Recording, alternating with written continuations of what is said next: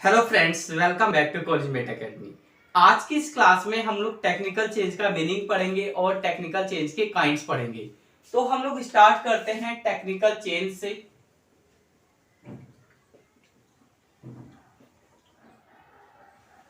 देखिए, technical change का मतलब क्या होता है। आपके जो इनपुट है, मतलब जो लेबर है और जो कैपिटल है, उसमें कोई चेंज नहीं हो रहा है, बट आपका अमाउंट ऑफ आउटपुट वो चेंज हो जाए।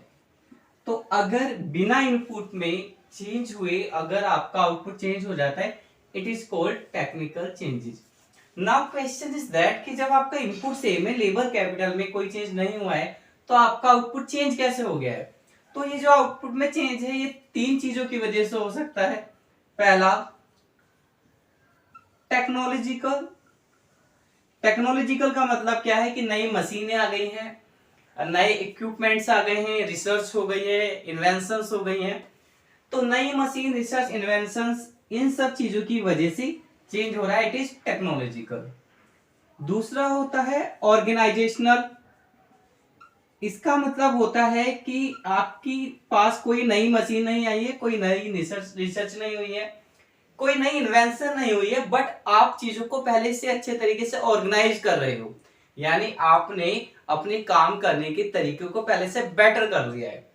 इस वजह से भी आपके आउटपुट में चेंज हो सकता है। तीसरी बात होती है आउटपुट में चेंज होने का जो कारण है, that is change in constant. अब यहां पर कॉन्स्टेंट का क्या मतलब है। यहां पर कांस्टेंट का मतलब है, देखिए, कांस्टेंट का मतलब होता है हमारे पास कुछ लिमिट है। अब वो लिमिट किस फॉर्म में हो सकती है। वो लिमिट हो सकती है गवर्नमेंट के कुछ रेगुलेशंस थे, यानी कि कुछ सख्त नियम थे, कानून थे, वो रेगुलेशंस में चेंज हो गया है, तो कुछ लिमिट चेंज हो गई है।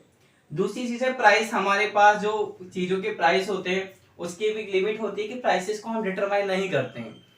तो प्राइस में भी अगर चेंज हो जाता है, तो इसका मतलब है कांस्टेंट में चेंज हो गया है।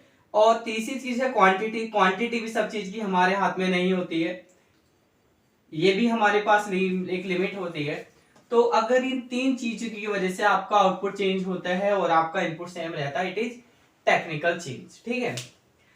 अब देखिए, चेंज दो तरह का हो सकता है। आउटपुट बढ़ सकता है, आउटपुट घट सकता है। बट अगर आउटपुट बढ़ जाता है तो हम लोग इसको बोलते हैं टेक्निकल प्रोग्रेस। टेक्निकल प्रोग्रेस का मतलब है आपका जो इनपुट है वो सेम है, बट आपका जो आउटपुट था वो बढ़ गया है। इसको बोलेंगे हम लोग टेक्निकल प्रोग्रेस। इसको आप एक तरह से और डिफाइन कर सकते हो कि आपका जो इनपुट है वो अब पहले से कम लग रहा है, बट आपका जो आउटपुट है वो पहले ही जितना है। इसको भी आप टेक्निकल प्रोग्रेस कहोगे। टेक्निकल प्रोग्रेस को दो तरह से डिफाइन कर सकते हो। उतने ही इनपुट से आपने ज्यादा आउटपुट प्रोड्यूस कर दिया, या फिर उतने ही आउटपुट को प्रोड्यूस करने के लिए आप लोग कम इनपुट का यूज कर रहे हो। अगर मैं आपको इसे प्रोडक्शन फंक्शन की हेल्प से समझाऊं, तो आप कुछ ऐसे समझ सकते हो, ये हमारा एक प्रोडक्शन फंक्शन है, ठीक है। और हम ये एक इनिशियल कंडीशन लेके चलते हैं, L1 एंड K1, ठीक है। ये एक इनिशियल कंडीशन, ये हमारा इनपुट है और ये हमारा आउटपुट है। अब दोनों केस में आपको समझाता हूं। पहला केस हम ये लेके चलते हैं कि हमारा जो इनपुट है वो उतना ही है, बट हमारा जो आउटपुट है वो 20 से 30 हो गया। तो देखिए, आउटपुट इंक्रीज हुआ और आपका इनपुट पहले ही जितना है, it is technical progress.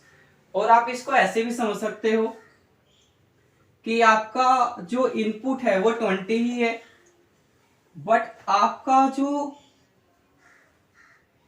Input है वो पहले से कम हो गया। कम के लिए मैं ये नीचे का साइन लगा रहा हूं, एरो का, कि आपने उतना ही आउटपुट प्रोड्यूस करा है बट पहले से कम इनपुट को यूज करके। तो ये भी एक टेक्निकल प्रोग्रेस का ही पार्ट है। तो टेक्निकल प्रोग्रेस का मीनिंग क्लियर हो गया।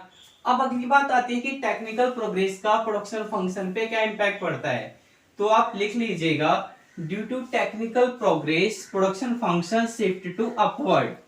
टेक्निकल प्रोग्रेस होने की वजह से हमारा प्रोडक्शन फंक्शन ऊपर की तरफ शिफ्ट कर जाता है। अब प्रोडक्शन फंक्शन को आप कैसे दिखाओगे टेक्निकल प्रोग्रेस की केस में? तो देखिए जनरली हमारा जो प्रोडक्शन फंक्शन होता है वो ये होता है, अब y की जगह q भी लिख सकते हो, y का मतलब भी आउटपुट ही होता है, q का मतलब भी आउटपुट ही है, ये है बिना टेक्निकल प्रोग्रेस के, ठीक है।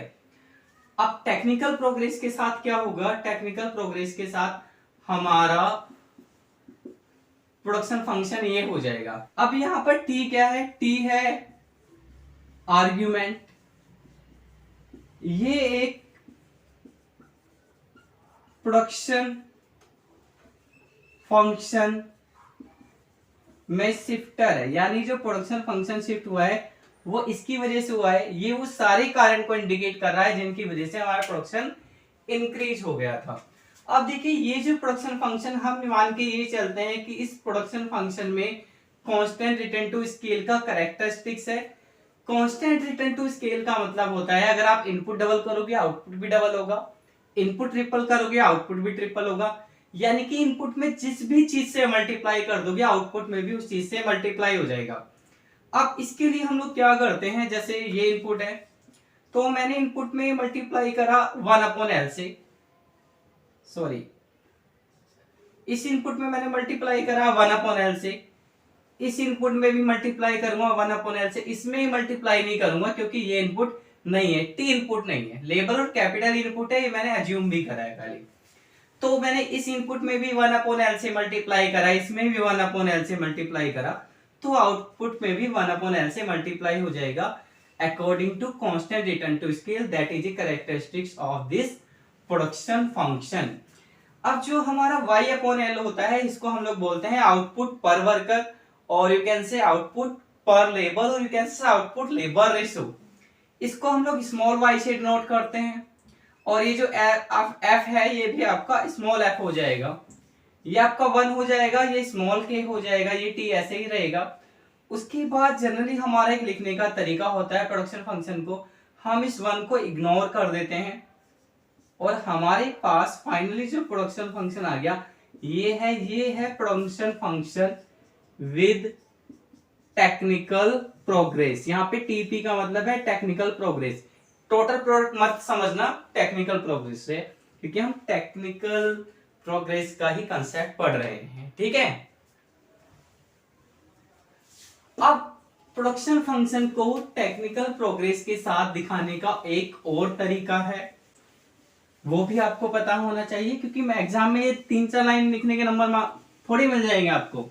20 मार्क्स का अगर डिस्क्रिप्टिव क्वेश्चन आता है या फिर 12 मार्क्स का डिस्क्रिप्टिव क्वेश्चन आता है तो आपको एटलीस्ट 4 to 5 पेजेस लिखने पड़ेंगे। तो एक और तरीका है प्रोडक्शन फंक्शन को लिखने का विद टेक्निकल प्रोग्रेस,